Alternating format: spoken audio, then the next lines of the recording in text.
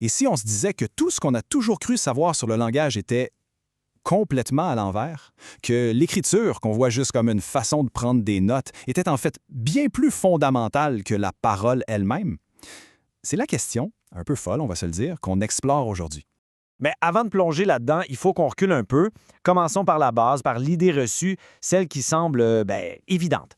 Depuis des millénaires, la patente est assez claire. D'un côté, on a la parole. C'est le direct, le vrai, l'authentique. C'est la présence de la personne, son âme qui parle quasiment.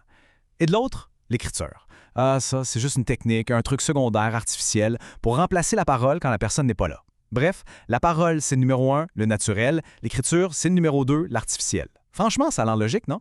Et attention, là, c'est pas juste une idée en l'air, c'est une conviction philosophique qui a eu des impacts bien réels. Prenez Jean-Jacques Rousseau, par exemple. Lui, il ne se gênait pas pour classer les peuples en fonction de leur écriture, en plaçant l'alphabet, qui imite les sons de la parole, tout en haut de l'échelle de la civilisation. Et il n'est pas le seul. Hegel, un autre gros nom, en rajoute une couche. Pour lui, l'écriture alphabétique est carrément la plus intelligente. L'intelligence serait donc directement liée à une écriture qui ne fait que servir la parole, qui la copie. Donc, si on résume, pendant plus de 2000 ans, en Occident, on a mis la parole sur un piédestal. C'était elle la gold standard, le point de référence pour la vérité et le sens. Tout partait de là. Sauf que ce préjugé-là, ce biais, il a un nom. Et il y a un philosophe qui a décidé de prendre un marteau et de démanteler tout ça. On est en 1967. Un livre débarque et fait l'effet d'une bombe. De la grammatologie de Jacques Derrida. Son but est clair. Il ne veut pas juste critiquer cette tradition, il veut la déraciner complètement. Le nom que Derrida donne à ce biais, c'est le logocentrisme. Logos, ça veut dire la parole, la raison. Le logocentrisme, c'est donc cette croyance que le logo, la parole vivante, est la source première et authentique du langage, et que l'écriture n'est qu'une pâle copie, un dérivé. Et les conséquences de ça, elles sont énormes. Le logocentrisme ne fait pas que mettre la vérité du côté de la parole. Ça mène à ce que Derrida appelle un abaissement de l'écriture. On la rabaisse constamment. Pire, ça entraîne son refoulement. C'est comme si on la mettait dehors, on l'expulsait du vrai langage, le langage plein et authentique. OK. Attachez-vous bien, parce que c'est ici que ça devient vraiment vertigineux. Derrida ne fait pas que dénoncer le problème. Non, non. Il va complètement redéfinir ce qu'on entend par écriture. Dans ces mots, le concept d'écriture commençait à déborder l'extension du langage.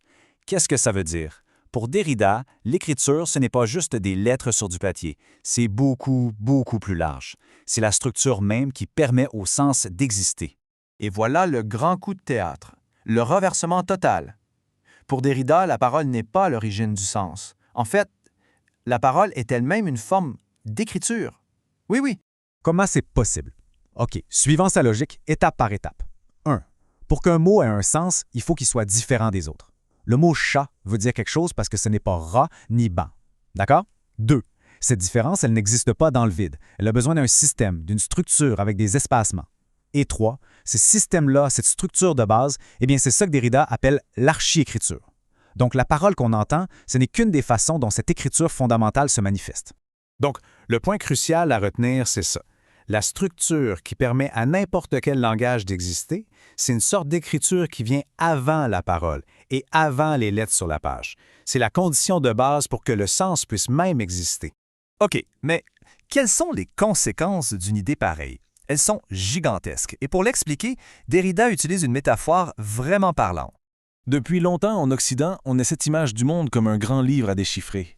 On pense à Galilée qui parlait du grand livre de la nature. L'idée, c'est qu'il y a un livre écrit par une force supérieure et que notre but, c'est de le lire pour trouver la vérité, une vérité unique et stable.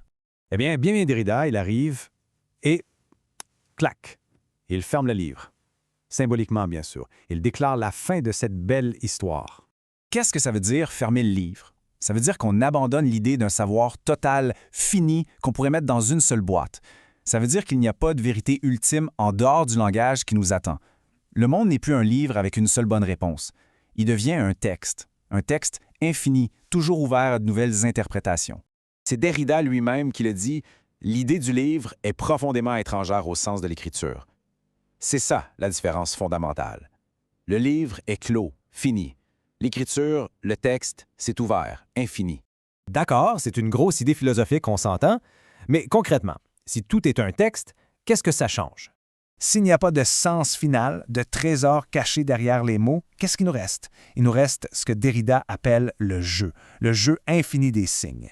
Le sens n'est jamais arrêté, jamais fixe, il bouge tout le temps, il est créé dans les relations entre les mots, entre les textes.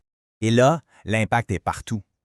Quand on lit un roman, on ne cherche plus ce que l'auteur a vraiment voulu dire. Quand on interprète une loi, l'idée de l'intention originale devient soudainement très glissante.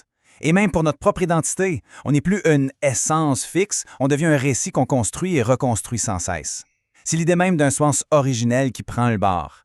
Alors, la chose à retenir, c'est vraiment ça. Le sens, ce n'est pas quelque chose qu'on découvre comme un trésor enfoui, c'est quelque chose qu'on produit, qu'on tisse à l'intérieur même du texte.